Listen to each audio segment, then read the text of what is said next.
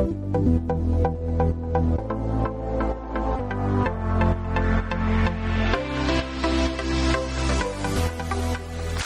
and welcome back to the Soccer Brothers Podcast. This is episode number 50. I'm your host, Sahil, and as always, I'm joined by my brother, Nihal. How you doing, Nihal? I'm doing really well, man. It's crazy that it's been 50 episodes, an entire year since we had our first episode on June 16th, 2015. It's been crazy. Thank you to our listeners, to our guests, and to Ambitious Strike for making this all happen. One more thing, I do want to apologize for our lack of episodes in the last week. We did not get to have an episode after the USA versus Paraguay match. Unfortunately, we had people in town, things got busy, but now it's settled down. We should be having episodes. We haven't talked about the Euros, so we're going to get into that. But how are you doing, man? How are you doing? I'm doing great. I mean, it's been less than a week since I saw that Broadway musical Hamilton. It won like 11 Tonys. It's great. And it was a life-changing experience. Yeah, I mean, don't make it seem like, you just saw Hamilton. This is something we've both been obsessed with for a long time now. Okay, yeah, not that Broadway musical Hamilton. The Broadway musical Hamilton. Yeah, we both love it. I got to see it a month ago. It's absolutely incredible. It's a genius concept. It's insanely well executed. The music is fantastic. The acting is great. The story and the messages embedded into a story that's relatable to all of us is wonderful. And the fact that this story with such impersonal characters in terms of how we approach them through history, like George Washington, Alexander Hamilton, are so personal and are so relatable, as I said. And I think it's just such a masterfully done piece of art, and probably definitely my favorite show that I've ever seen, or music of a show that I've ever heard.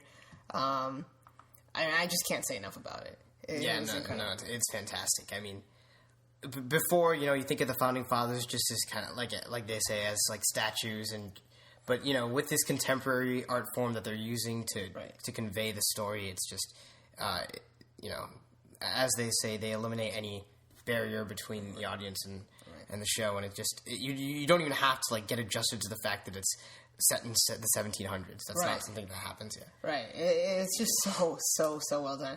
I urge anyone who has not listened to it or heard of Hamilton to please go check out the soundtrack. It's incredible, and obviously, it's just amazing. Yeah, you were talking just before about how it's been a year since we started this podcast, June 16th, but a year before that day, that was also a big day for the U.S. men's national team, as John Brooks hit the header that beat Ghana in the group stage of the 2014 World Cup. Can you believe it's been 2 years since that happened? Nah, time is flying by, man. It's for him especially. It's exciting to see how far he's progressed in that 2 years with the national team. We always sort of knew he's going to be this great player, but he's just been killing it. No, I mean, tonight, especially in that game against Paraguay, he was fantastic. Yeah. Before we talk about a lot of soccer, why don't we talk about Ambitious Strike? Yeah, Ambitious Strike is an amazing soccer-themed apparel company. Go check them out at ambitiousstrike.com. That's AMBITIOUS.com. Use the code, AMBITIOUSSTRYK.com. Don't forget to use the code BROTHERS at checkout for a 15% off discount on your entire purchase. On June 16th, in the quarterfinals of the Copa America Centenario, the USA, winner of Group A, took on Ecuador, the runner-up of Group B, in a match that ended up being 2-1, where the Americans were victorious. Yes. Yeah. I mean, it was a crazy match. Probably the most worked up I've gotten about a U.S. match since the World Cup. It was amazing to be in that sort of knockout experience again. That wasn't the Gold Cup.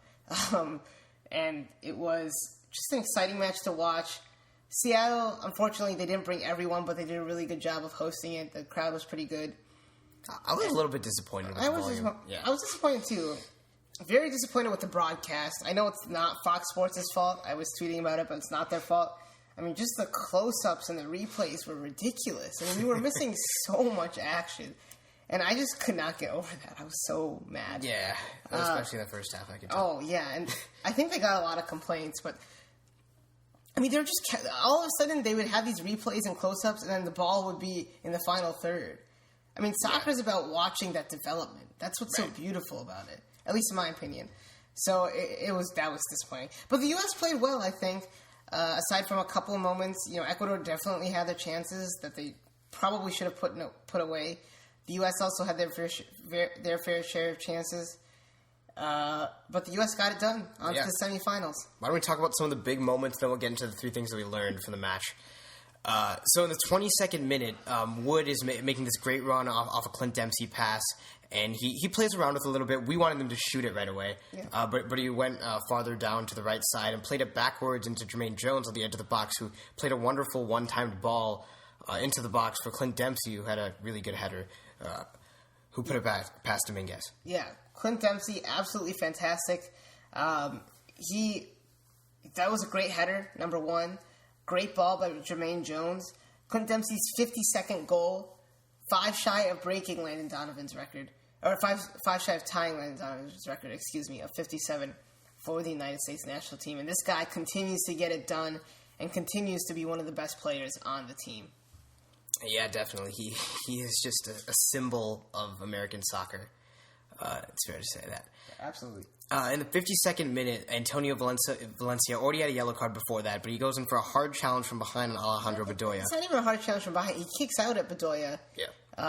Absolutely ridiculous play by Valencia there. Which we got to see at least 15 times thanks to those replays.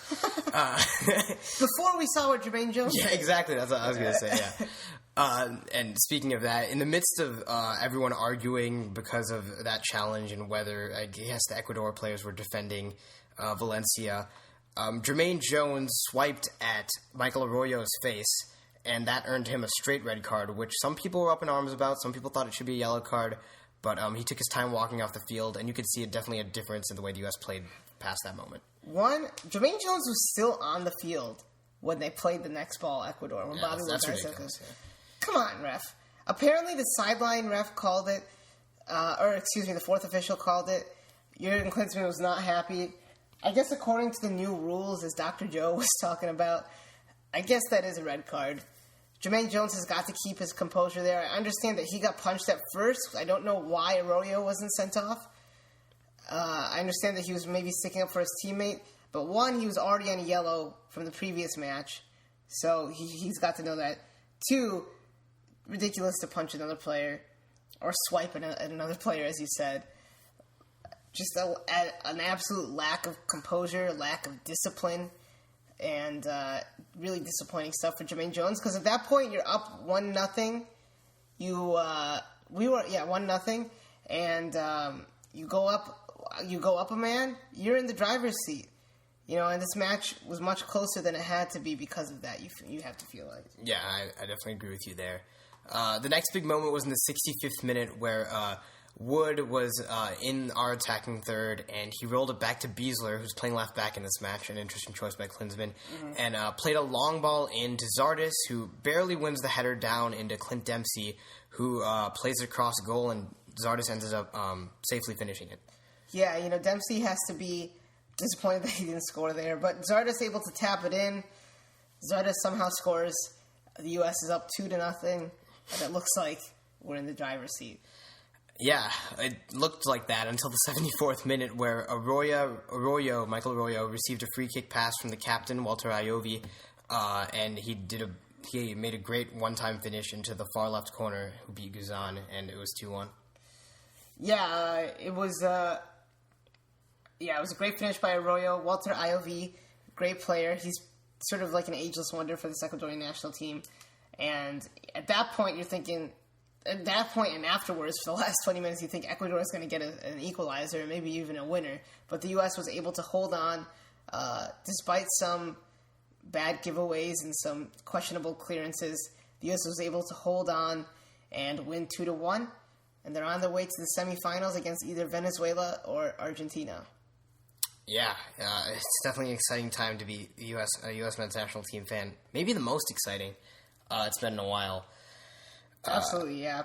I mean, definitely since the World Cup. Yeah, I mean, we're in the semifinals. It was unfortunate that the NBA Finals were tonight, Game 6, because I think that definitely will take away from attention to this, because this is a big deal. This is one of the biggest results in U.S. men's national team history, I truly believe.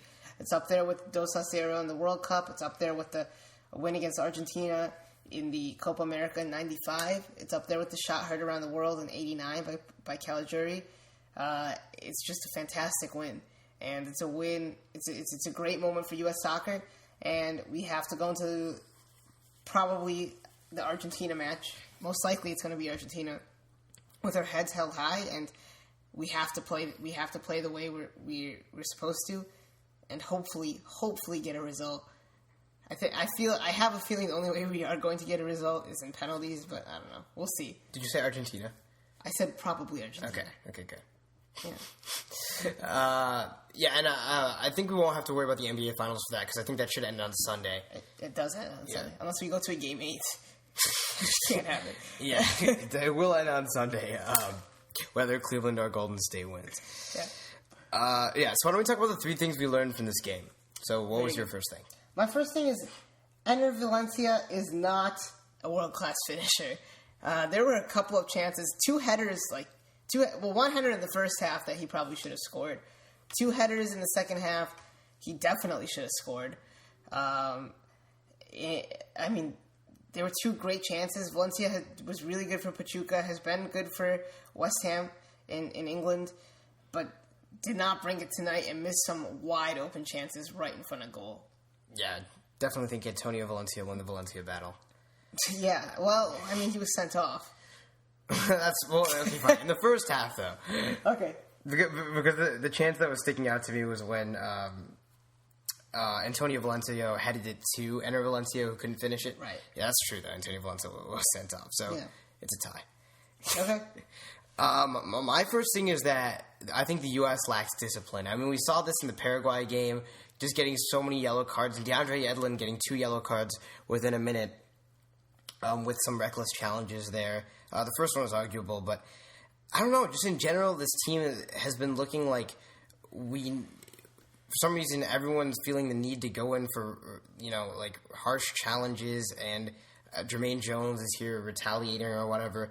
And I don't know if this has something to do with the way, Klinsmann is managing, because after the match, Klinsmann had his press conference or whatever, and he said that he didn't really say that Jermaine Jones made a mistake. He just said it was a terrible call. It's a terrible call, FIFA should be ashamed or whatever. And I think that may point to a concern, because, it's just been really disappointing. I thought the U.S. was a cleaner team than they've been showing so far. Well, I don't fault Klinsmann because, the coach is going to stick up for his player. We saw Steve Kerr do it with Steph Curry today. It happens. 2, I do agree with you. I think it is the mentality of Klinsmann. We heard him talking before the tournament about how we need to be nasty as a team. And especially in the last 2 games, we have been that. I have so many yellow cards against Paraguay. A couple against Ecuador, including, of course, the red card. But, these matches have been really, really testy. Even all of them, except maybe Colombia was probably the most tame one. But they've been really scrappy.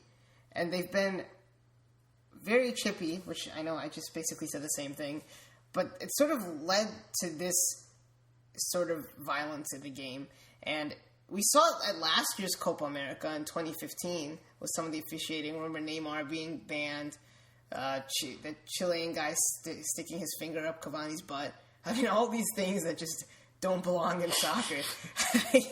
So I think it's I think it makes the tournament great, but I also think the referees need to get a grip. And credit to the referee for handling the situation and stamping his foot on this one. The referee that we had against Paraguay was absolutely awful.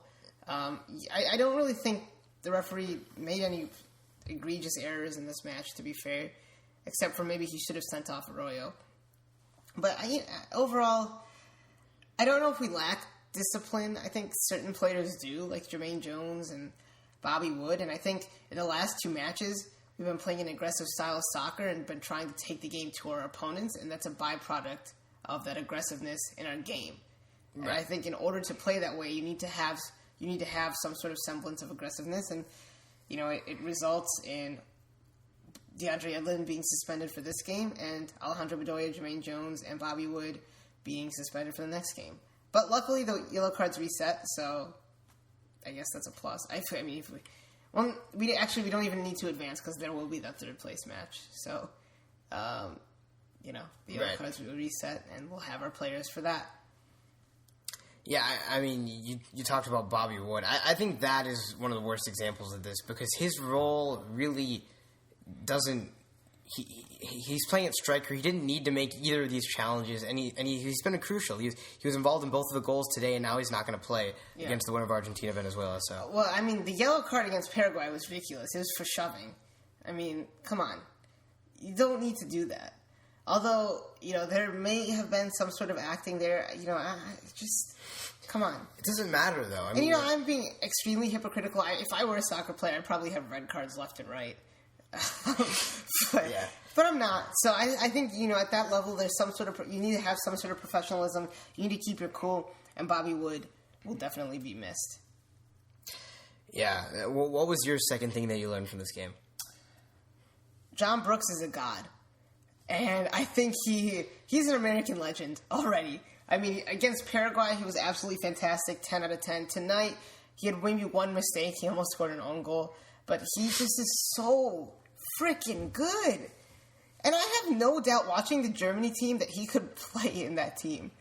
I think this is so wonderful that we were able to snag this player, that he's so passionate about this national team. You should definitely go check out Brian Sharetta's article on American Soccer Now about John Brooks and how Thomas Rongen was able to bring him into the camp. But he's such a joy to watch. He's such a joy to watch. And we have so much center back talent coming through the woodworks right now. We have John Brooks, obviously, who's only 23 years old, and he's already this good. We obviously have Jeff Cameron already there. That we have players like Matt Miazga, Eric Palmer-Brown, Cameron Carter-Vickers.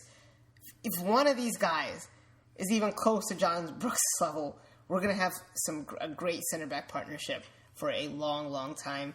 And it's not only his defending, it's his awareness, his tactical awareness. Multiple times he springs the offside trap. His awareness of where he needs to position his body in order to clear the ball. His ability to pass the ball upfield, long balls, or even short balls in tight spaces. And, his awareness in terms of just his challenges. I think one thing stands out into my mind where he heads the ball away from almost a crouching position. Excuse me. I don't think many players do that. I think they just try to clear it. And we saw Jeff Cameron try to do that, and he whiffed on the ball. And I just think John Brooks is, if not one of the top 2 or 3 best players on this team. No, I definitely agree with you. I mean, it's not often that you say that one of the most exciting players to watch on a team is a center back. Right. It's just not something that you see very often. And you're right. He's so clean in the way that he does everything. It doesn't look sloppy like I feel like sometimes Jeff Cameron can look. And you're talking about the passion that he shows. I love seeing players sing the national anthem. Right. He's one of the players that does that on the team. So. Right. Exactly. And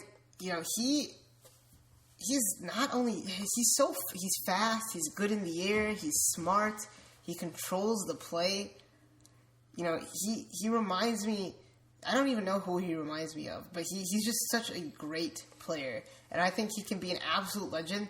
And I'm hoping this summer he moves to a top team or Everton. That's always what Nihal says with Americans. No, I mean John Brooks is one of them because Hertha Berlin aren't in the Champions League, so I'd be okay. Like players like Christian Pulisic and Fabian Johnson, I would not want at Everton because I think they're in good situations. John Brooks. I think, oh my God, a John Brooks-John Stones partnership would be absolutely amazing. But, I'm just very, very excited about Brooks going forward and Brooks right now. I think he's got to be in the best 11 of the tournament. No, I definitely agree with you. Clint Dempsey, though, is also making a case there. I mean, they can both be. Yeah, definitely. Mine... Wait, that was your number 2? That was my number 2. My number 2 thing that I learned is Beasler is a very viable option at left back. Okay. I thought he played, as Jeff Cameron said post-game, played a very clean game. I didn't see too many major mistakes from him. He was involved in the second goal, playing that great ball into Gyasi Zardes. And he has the willingness to get forward, but obviously he's going to be a little bit more defensive-minded because he usually plays center back for Sporting Kansas City. But I think that he's definitely, in some games, when you want a more defensive-minded presence, you can't necessarily trust Fabian Johnson because of his willingness to get forward. It might be it might be a viable option. Yeah, I think you're right. I thought he had a good game. I think a lot of that also had to do with how good Alejandro Bedoya was on that left side, tracking Antonio Valencia and Paredes. I think they both worked well together. Now, let me ask you this. In the next match, do you now start Beasler at left back and move Fabian Johnson into the midfield? Is that an option? I know I'm just freaking this on you. Because you have Yedlin back. Yeah, you have Yedlin back. And we're missing Bedoya, we're missing Jones, we're missing Bobby Wood. To have another attacking presence there, I think it's a possibility. I don't know if it's our best option. I just think it's an option that we should consider. Yeah, I actually definitely can see that happening. I'm not sure if we're going to open up in a 4-4-2 or 4-3-3, but I think either way he can play left mid or left wing. Yeah. Yeah. Well, we'll talk more about the next match after we finish our three things. Basically, though, I think Fabian Johnson's best position is left mid or left wing. Yeah. Not fullback, but he played well tonight. I guess Jurgen's just trying to put the... Actually, no, I can't say that he's trying to put the best players on the field, but... yeah. Because Jossie's artist and whoever else, but... I definitely could see that happening, and I would be more comfortable than I was before this game. And remember, on this podcast... I think it was January, I said, I think Klinsmann is going to play Matt Beasler at left back. Do you remember that? I think you're joking. But no, I was not joking. Because I thought we both laughed about it afterwards. I laughed, but I was serious because he's fast, he's smart, he's a player Klinsmann likes. He's a prime player that Klinsmann will play out of position. Yeah, I feel like you be using like a context for like next thing you know, Beasler's. No. I said I think he would be I think he would be in Klinsmann's eye a viable option, and he was. Okay. Yeah. We can go back and check the tapes on Matt Beasler. So you personally thought that from what you saw from Matt Beasler at center back that he could play left back? Yeah. Really? Okay. Oh, I thought Jurgen would think that. So you did or did not think he would be a viable option? Well, I didn't. I was like, it intrigued me. I just didn't think it would actually. I didn't actually think it would happen, but I thought it was something Jurgen Klinsmann might think about doing. Yeah. Like, it's not like one of those things where like, oh, you can or Klinsmann is going to play Pulisic at left back. No, this was actually something that made sense because we didn't have any left back options really. I think we were talking about the January camp and who could play left back in those games. Kellen Acosta ended up playing there. Okay, that makes sense. So that's. Well, I'm gonna book Jossie's artist at right back in this episode, and then maybe 6 months down the road. Okay, we'll see all right, episode 50. Right, episode 50. Check that out. Yeah. What was the third thing that you learned though? Well, I was gonna put Dempsey still has it and something like that. And, I literally put that like. Last episode. I know. So I decided to stay away with that, and I said Bobby Wood will be sorely missed in this next match. One, because he makes such intelligent runs. He was a handful for this Ecuadorian defense. 2, he links up well with Clint Dempsey. 3, our backup forward is Chris Wondolowski. And a huge part of me really wants Wando to redeem himself against Argentina and score like a brace or something. But I think the U.S. are going to start Zardes up top. And I don't think Wondolowski is good enough to beat Otamendi and the legend that is Ramiro Funes Mori. I think, well, maybe he is. I don't know. I just would not want to see Wondolowski starting.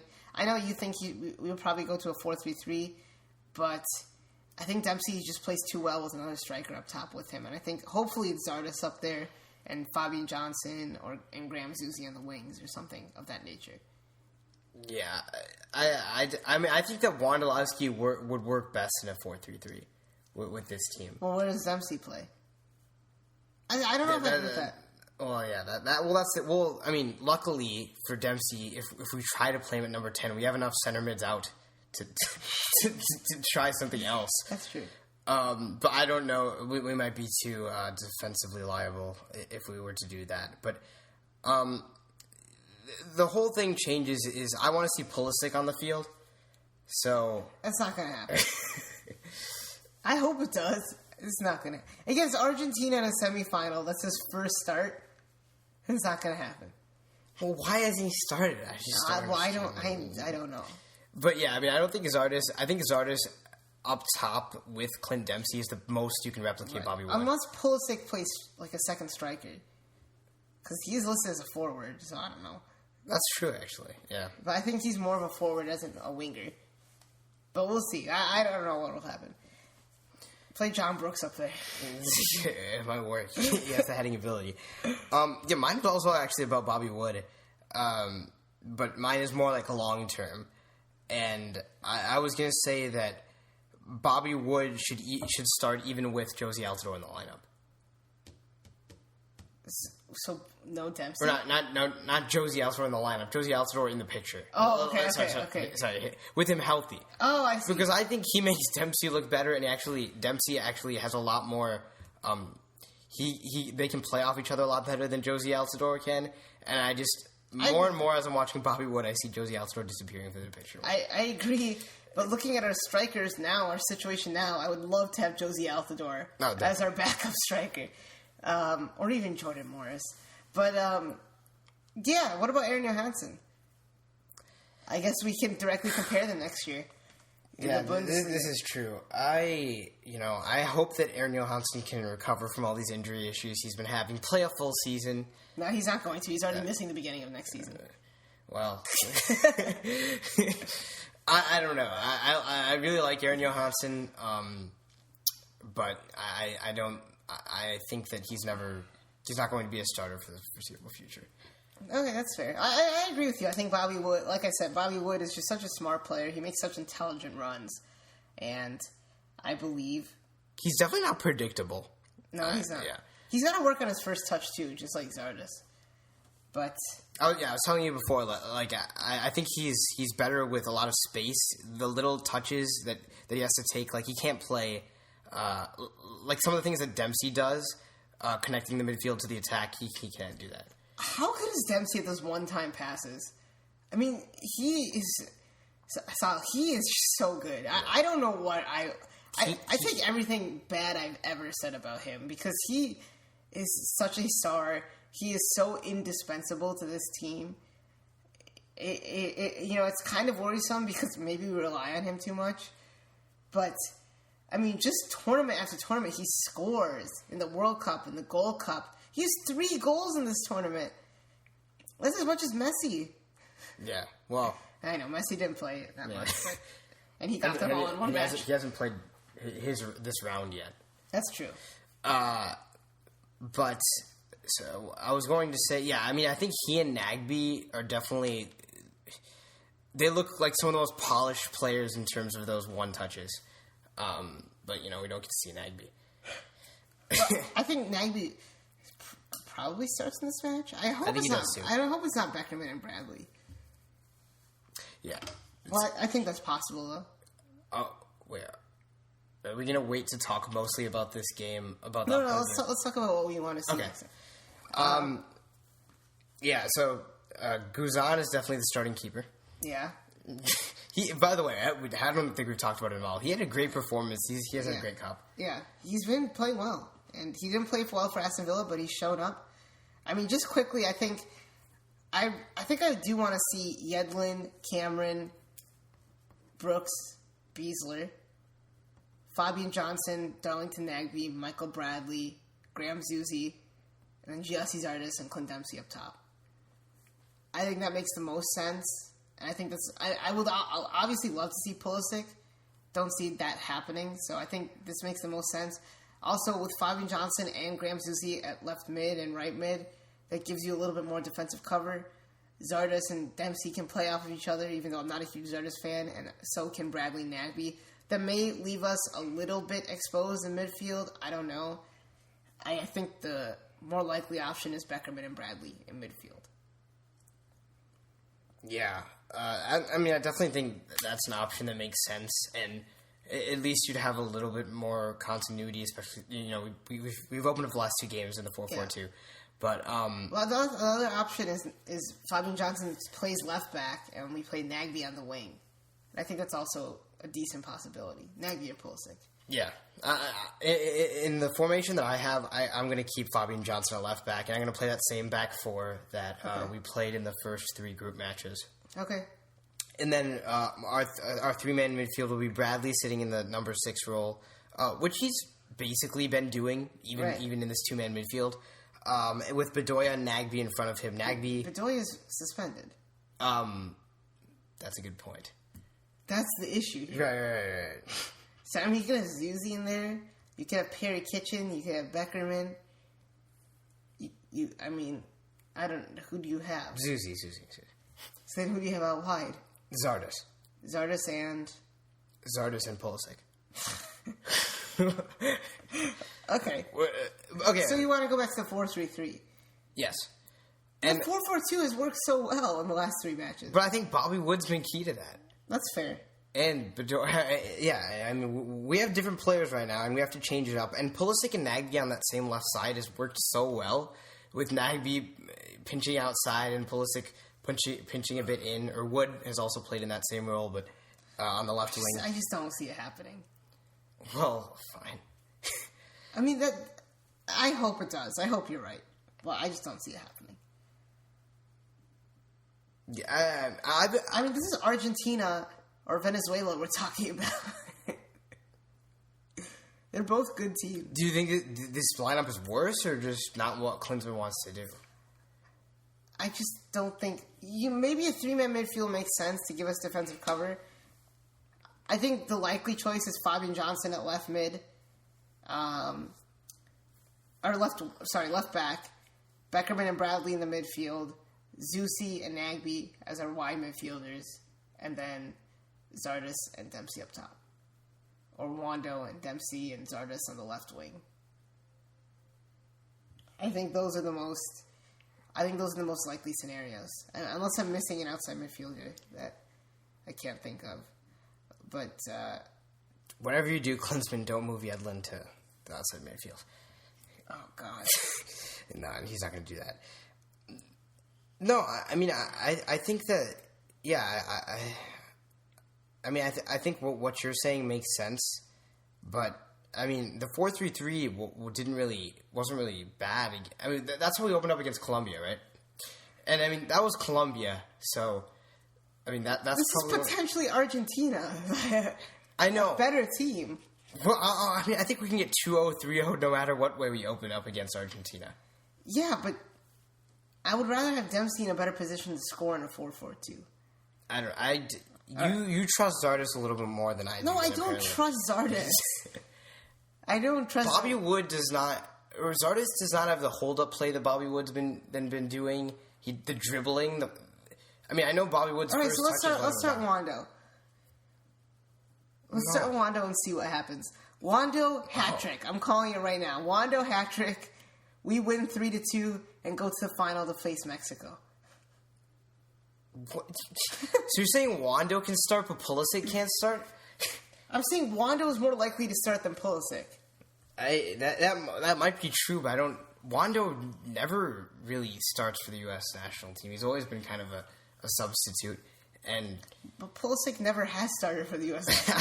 Well, he started for Dortmund, which is more impressive than anything Wando's done. Okay, fair enough. I mean, no. Okay. No, I don't. Yeah. I mean, I agree with you. All right, well, we'll just agree to disagree. We'll see what happens on Tuesday night. Yeah.